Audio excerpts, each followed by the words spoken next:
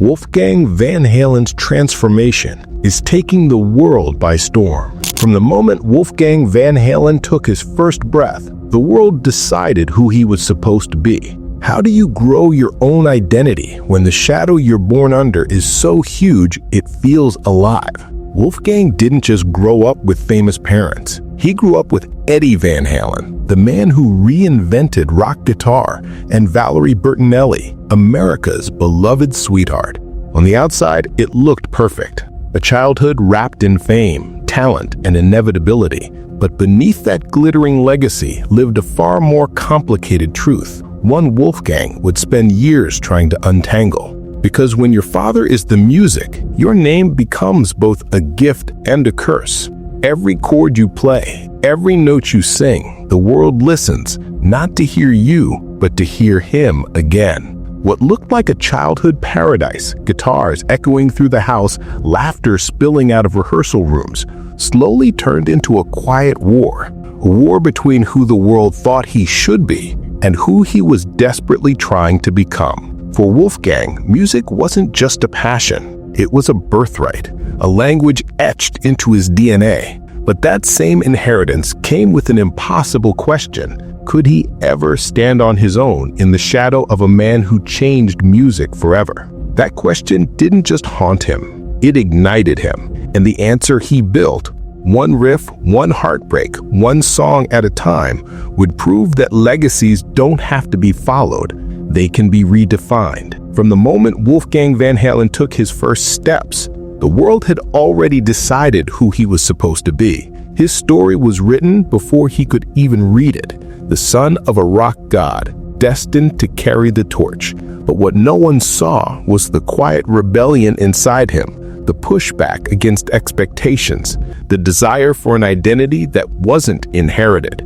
Behind that legendary last name was a boy trying to figure out who he really was. Born in 1991 to guitar icon Eddie Van Halen and beloved actress Valerie Bertinelli, Wolfgang's life began under the glare of fame and flashing cameras. The world saw a legacy. He just saw his parents. The fans, the myth, the noise, all of it surrounded him before he ever knew what a guitar string even felt like. Yet behind the velvet ropes and sold-out arenas, home was surprisingly normal. Valerie and Eddie made sure of that. They didn't want their son to grow up as Eddie Van Halen's kid. No golden cribs, no rock star chaos, but just love, laughter, and peace away from the spotlight. My mom did a really good job at grounding me, Wolfgang would later say. It wasn't lavish or crazy. It was normal. Even when rock legends like Slash or Sammy Hagar stopped by, Wolfgang's world wasn't guitars and glory. It was toys on the floor, Saturday morning cartoons, and the hum of a home that felt safe. To the world, he was born to inherit his father's crown. In reality, he was just a shy kid who loved music, though he hadn't yet realized it would one day become his destiny. That innocence couldn't last forever. One quiet afternoon, curiosity pulled him into his father's world, a room filled with records, guitars, and echoes of history. Among the stacks, he found a Van Halen album. The cover burned with energy, a roaring crowd, blinding lights, and at the center, his father commanding the world. "I saw my name on the box," Wolfgang recalled, "and I asked my dad, 'What's this?' He said, 'Oh yeah, this is what I do.' In that instant, everything changed. The man who taught him to ride a bike wasn't just dad anymore. He was Eddie Van Halen. And from that day forward, every note Wolfgang played carried a weight. The silent comparisons, the impossible standard, the shadow of greatness that followed him everywhere. Because when your father is the music, how do you ever find your own song? From the moment he understood words, every compliment came with a shadow. A comparison he could never escape. But even as a child, Wolfgang grasped something most adults never do. The only way forward was to be real, not legendary. He didn't want to inherit a throne. He wanted to build his own. Not the next Eddie Van Halen, but the first Wolfgang Van Halen. That quiet rebellion, choosing to carve his own path while still honoring his father, would shape everything that followed. His music, his relationships, and the way he faced heartbreak. Beneath the fame was a story not of privilege, but of persistence. A slow rise built on discipline and resilience. This is the story of a boy who grew up in the echo of greatness and somehow found his own voice in the noise.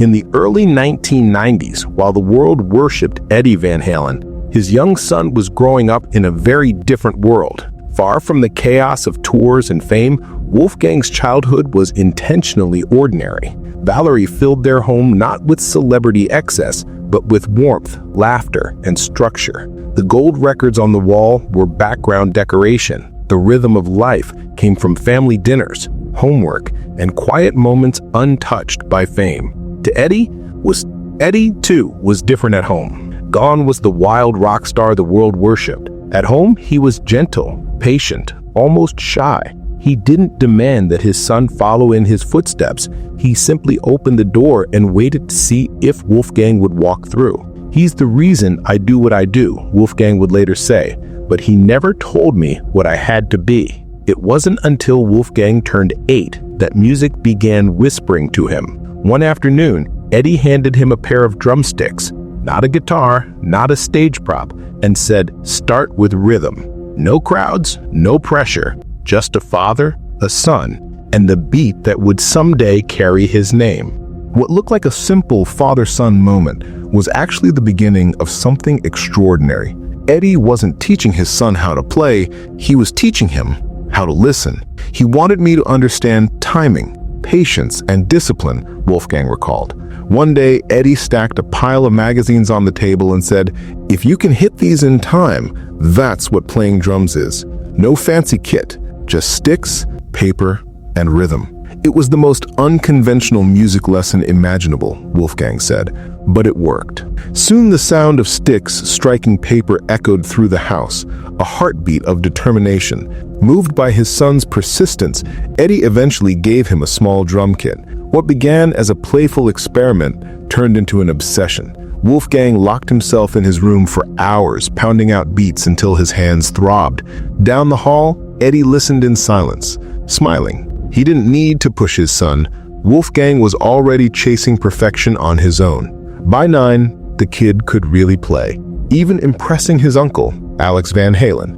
Yet despite his growing talent, Wolfgang's world remained small and innocent. When he tagged along to his dad's rehearsals, the towering drum sets and gleaming guitars looked like big shiny toys. He had no idea of the weight those instruments carried or the legacy waiting for him. His parents protected that innocence, letting him enjoy being a child before the world claimed him. In that safe cocoon, Eddie and Valerie unknowingly built the pillars that would define him: humility, curiosity, and quiet inner strength. And though none of them knew it then, the rhythm he practiced as a boy, steady, patient, unbroken, would become the same rhythm that carried him through heartbreak, loss, and the storm of fame waiting beyond the horizon. He didn't pick up the guitar to follow in his father's footsteps. He picked it up to find out if his own hands had something to say. By his teenage years, the quiet pulse of childhood had exploded into a storm of sound and discovery. After years behind the drum kit,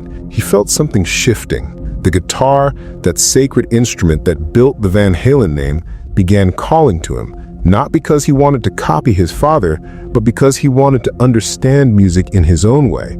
Inside the home where rock history had been born, Wolfgang began a journey not to repeat a legend, but to learn from one. Eddie could make a guitar talk, scream, and cry, but he wasn't the kind of teacher who broke things down. He'd just say, "Do this," and then play something only Eddie Van Halen could do. You can't teach genius, and Eddie's brilliance came from instinct, so Wolfgang learned the only way he could, by doing it himself. Late nights, quiet house, guitar in hand, he studied tabs, played along to Blink-182 and System of a Down, and chased sounds that felt like him. Slowly, something original began to form, a blend of rhythm, teenage angst, and raw honesty. "I needed my own sound," he told Spin.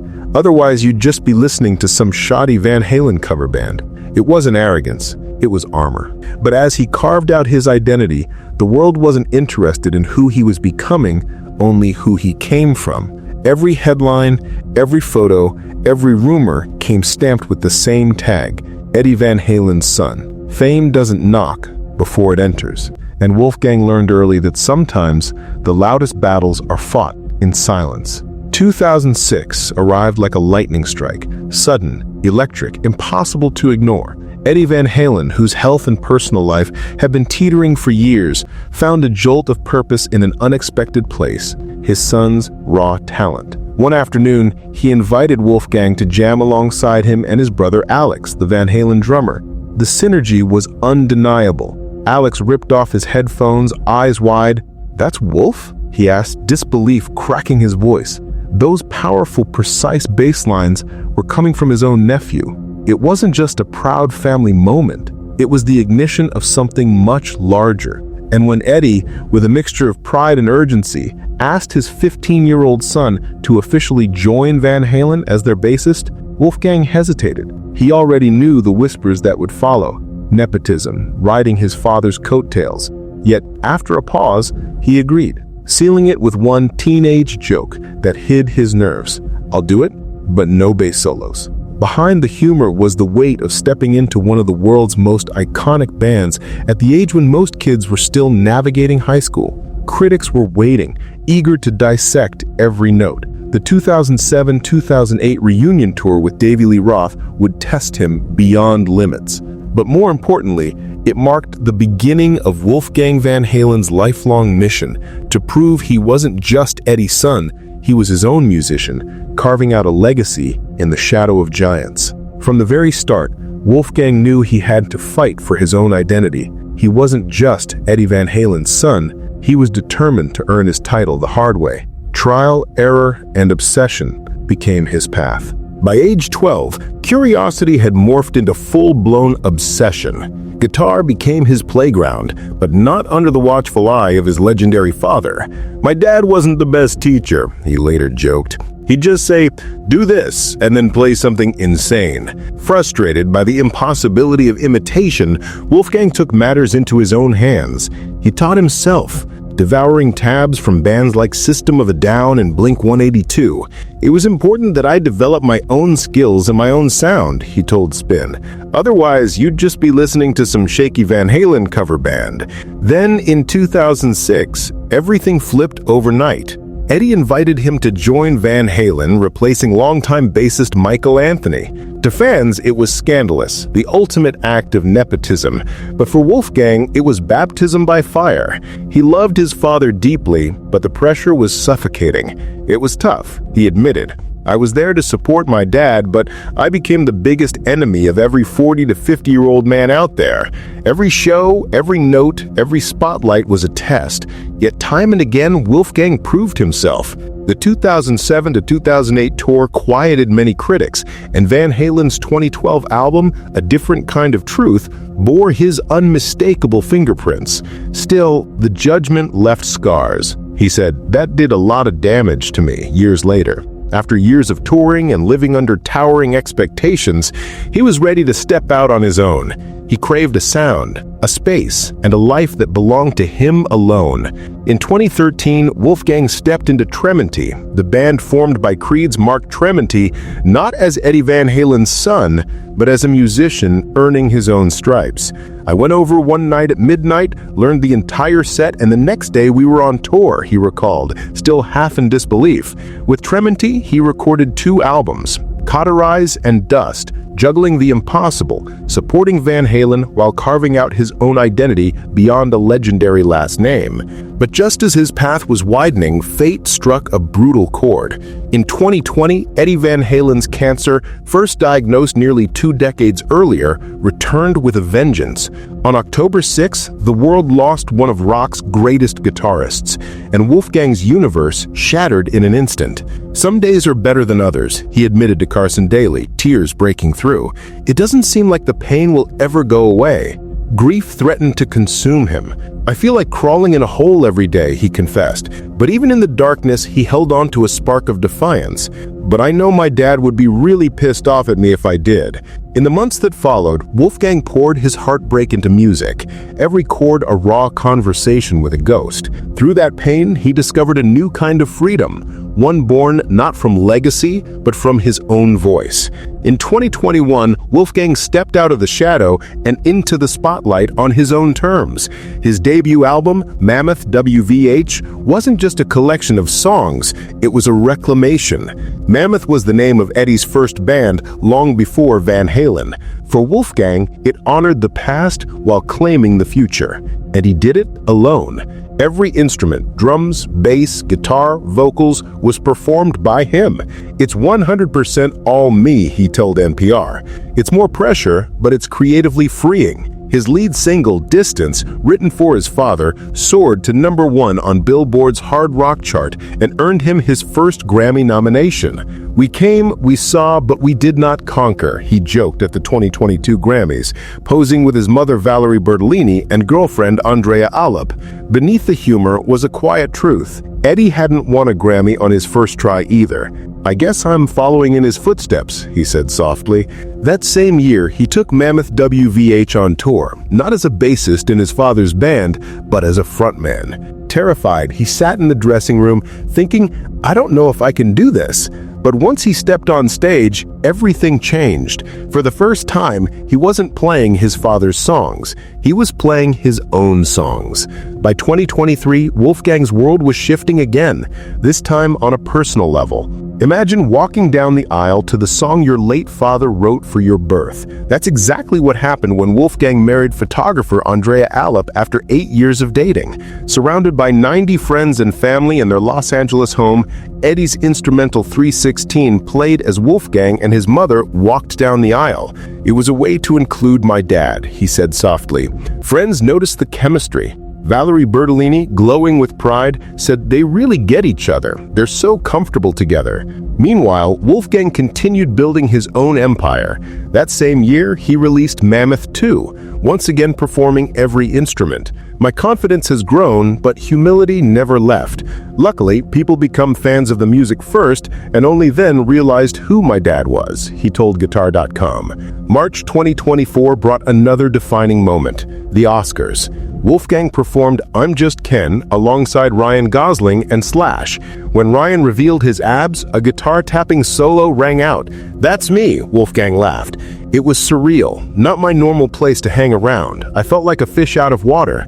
But the world saw the truth. He wasn't just a name, he was a musician. From a boy drumming on magazines to a man crafting entire albums, Wolfgang's journey has been long, painful, and filled with quiet victories. He's not just carrying his father's legacy, he's redefining it. So, has Wolfgang finally stepped out of Eddie Van Halen's shadow? Tell us in the comments below.